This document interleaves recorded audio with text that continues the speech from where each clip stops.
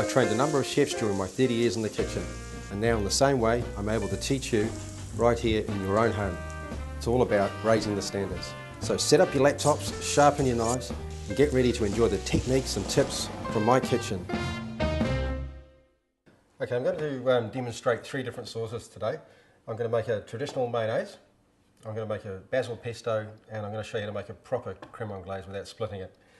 First of all, I'm going to show you how to make the mayonnaise. I've got some egg yolks, some Dijon mustard, some white wine vinegar, and extra virgin olive oil. You don't have to use extra virgin olive oil, you can use a lighter oil such as canola if you don't like the flavour of the olives. So first of all, we're just going to add our yolks into a bowl, a Dijon mustard, and a white wine vinegar. So what I'm going to do is just whisk these until they're well incorporated, and then from there we're going to drizzle in our olive oil just slowly, otherwise it will split. The reason for that is the egg yolks won't be able to take on the olive oil so quickly. So what we're doing is just making an emulsification. Now it's not like the mayonnaise that you're going to buy in the shops. This is fresh eggs. There's no eggs in the mayonnaise you're purchasing from the supermarket, and we're using good quality oil. So this is good for you. Just keep adding it till the mayonnaise is nice and thick and creamy. So use a good whisk as well. The more wiser you've got, the better. I'll just check that mayonnaise. Still needs a bit more oil. Just use your wrist, otherwise you feel like your arm's going to fall off. So just as little movement as possible, just your wrist, and makes it so much easier.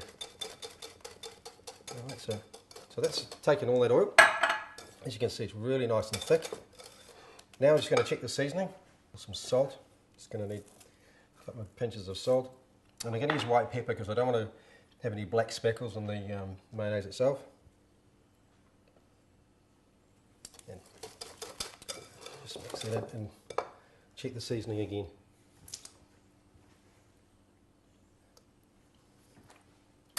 Okay, that's perfect. This is a little bit different than the sauce you're going to buy in the shop, so try it, see what we think about that.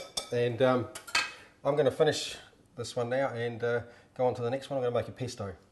Okay, for the next sauce, what I'm going to show you how to make is a real pesto. Okay, we've had lots of variations of pesto. Well, this is the only one that really is a pesto.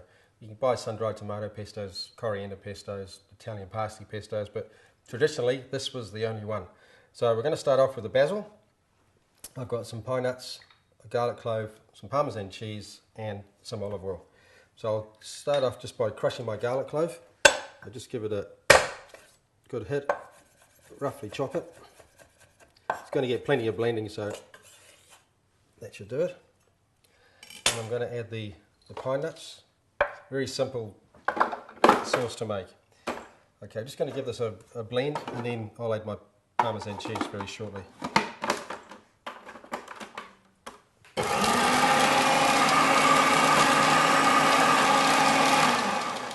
Okay, now that the basil's pulsed down, I'm just going to add the Parmesan so it's finely grated.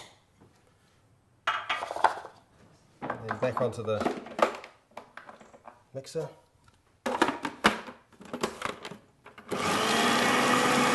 So just let it pulse down.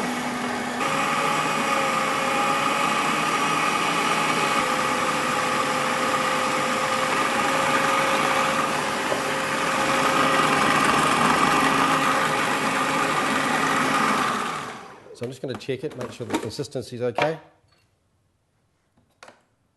And taste test. And that's fantastic. So we'll remove it.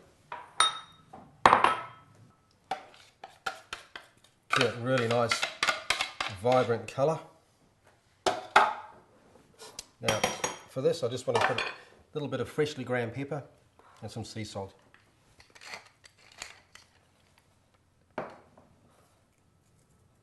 Just needs a little bit of seasoning.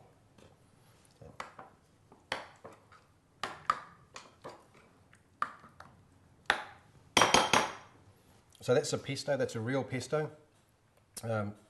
Need lots of fresh basil, and again you can easily use coriander or Italian parsley, but I do prefer the basil the best.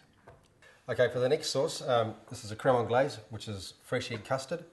There's 4 ingredients. We've got a vanilla pod, egg yolks, caster sugar, and some milk.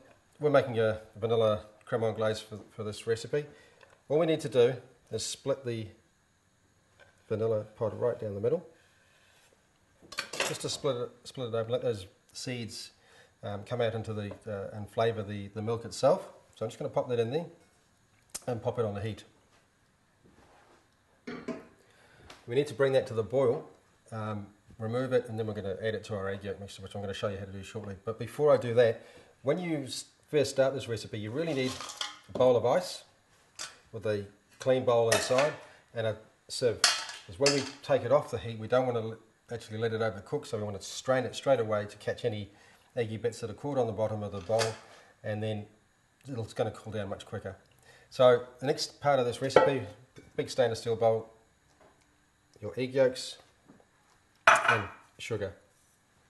Now if I wanted to flavour this with something like Calvados or brandy or rum, I would add it now, because alcohol you need to cook. So this is the stage that I would add it.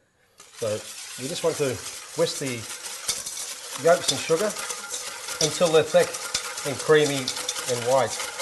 And you can only do that by whisking and whisking and whisking. So they'll eventually go white. Make sure you use a big stainless steel bowl. Much easier to whisk than a smaller one.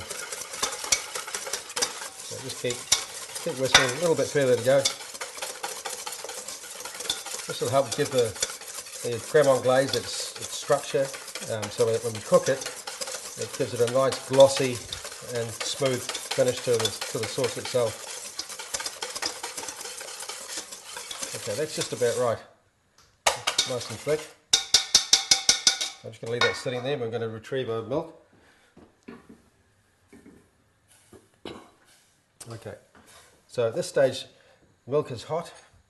Now, I don't want to put all of that milk in there in one go, otherwise it could curdle the egg yolks. So what I want to do is just going to add a little bit at a time.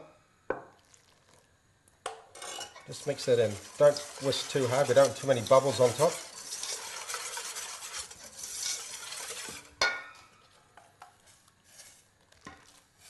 A couple more ladles this time.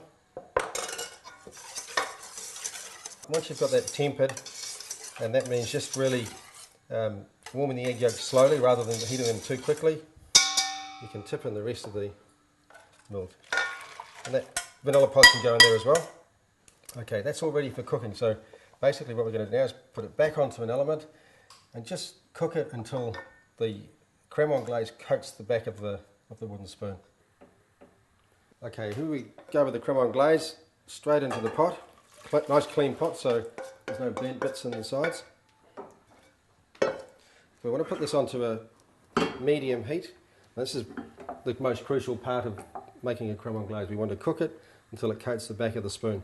Okay, so you've got to keep a close eye on it. At this stage, we're using fresh egg yolks, so if we cook them too far, they're going to turn into scrambled eggs. So just very gently keep it moving, and you'll get to see it'll be almost the consistency of runny cream. It might take a little while, but better to do it slowly than rush it. With a creme anglaise, it's quite an important sauce we make in the kitchen. It's the base for lots of different desserts, things like ice cream, bavoirs, mousses. So if you can make a good creme anglaise, you can make a lot of desserts. Now that's just starting to thicken now. This is the crucial part. We just don't want to leave it alone for 1 second, otherwise sure enough it'll turn to scrambled eggs. Okay, so just checking the sauce. You can run your finger through it, it leaves a track, so that's ready to come off now. So straight onto the sieve. I just want to stir this just to take the really harsh heat out of the sauce itself. And once that's happened, then we can just leave it alone to cool. So I'll just pop that on our bench. Okay, here's our creme anglaise. It's now cooled enough to pour into the bowl.